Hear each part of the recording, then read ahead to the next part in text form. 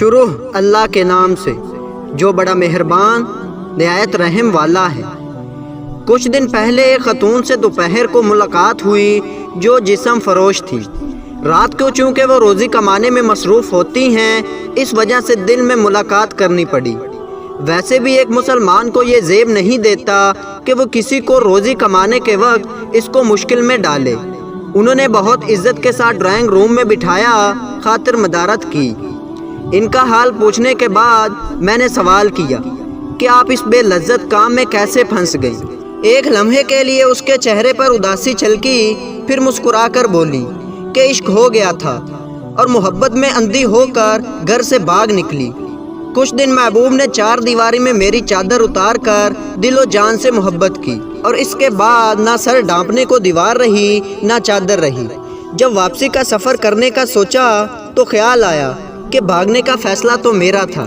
ابا گھر گئے، جو تھوڑی بہت والدین کی عزت بچی ہے وہ بھی لوگ تار تار کر دیں گے۔ رہنے کو ایک جگہ ٹھکانہ ملا جہاں مجھ جیسی لڑکیاں تھیں، اور بس پھر جسم ہی روزی روٹی کا سبب بن گیا۔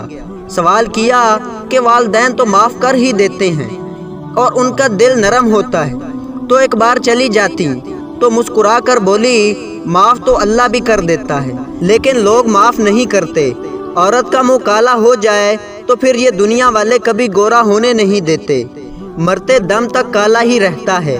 سوال کیا چلے بھیک مانگ لیتی، کم سے کم جسم فروشی تو اچھا کام ہے، تو بولی یہ سب کتابی باتیں ہیں، کوئی کسی بیکارن کو کرائے کا کمرہ بھی نہیں دیتا، جھونپڑی میں بھی نہیں رکھتا، عزت بیچ کر کم سے کم عزت سے تو رہ لیتی ہوں۔ اپنا گھر ہے، اپنا بستر ہے، اس دنیا میں اسی کی عزت ہے جس کے پاس پیسہ ہے۔ یہ دنیا تو منافق لوگوں سے بھری پڑی ہے جو نیکی کا درس دیتے ہیں اور اندر سے شیطان ہیں۔ کسی کو کہیں کہ طائف سے شادی کرے گا تو وہی بولتی بند ہو جائے گی۔ سوال کیا کہ محبت کیا ہے، تو کچھ لمحے خاموش رہنے کے بعد بولی کہ محبت بھی ایک دھندا ہے۔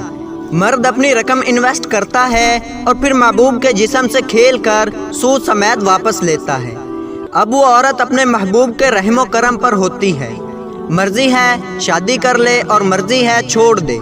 جو لوگ سچ میں محبت کرتے ہیں وہ نکاح کا راستہ اختیار کرتے ہیں۔ سوال کیا کہ گناہ کرتے ہوئے تکلیف نہیں ہوتی، تو بولی کہ جب انسان گندگی کے ڈھیر میں رہنے لگ جائے تو پھر اسے بدبو کا احساس نہیں ہوتا، بلکہ خوشبو اس کے لیے زہر بن جاتی ہے۔ بس اپنا بھی معاملہ ایسے ہی ہے۔ سوال کیا کہ نوکری کر لیتی، کہیں شادی کر لیتی تو بھی تو گناہ سے بچ سکتی تھی، تو بولی کہ جب لوگوں کو یہ معلوم ہو جائے کہ لڑکی اکیلی ہے، اس کا کوئی نہیں، تو بھیڑیے بن جاتے ہیں۔ شادی شدہ مرد ہو یا کنوارا، سب ایک ہی صف میں کھڑے ہو جاتے ہیں۔ یہ دنیا اکیلی عورت کو جینے نہیں دیتی۔ درس جتنے مرضی کروا لو، ایسے نیکیوں کے درس دیں گے، لیکن شکل مومنوں والی اور کرتوت کافروں والے کرتے ہیں۔ پھر بولیں شادی کون کرے گا؟ آج کل لوگ ایک دوسرے کا جھوٹا پانی نہیں پیتے، آپ شادی کی بات کرتے ہیں۔ اب تو قبر تک یہ گناہ ساتھ ہی رہے گا۔ 5 وقتی نماز پڑھتی ہوں، حافظ قرآن ہوں، اپنا معاملہ اللہ پر چھوڑ رکھا ہے۔ اگر آپ اس چینل پر نئے ہیں تو چینل کو سبسکرائب کر دیں تاکہ ہر نئی آنے والی ویڈیو سب سے پہلے آپ تک پہنچ سکے۔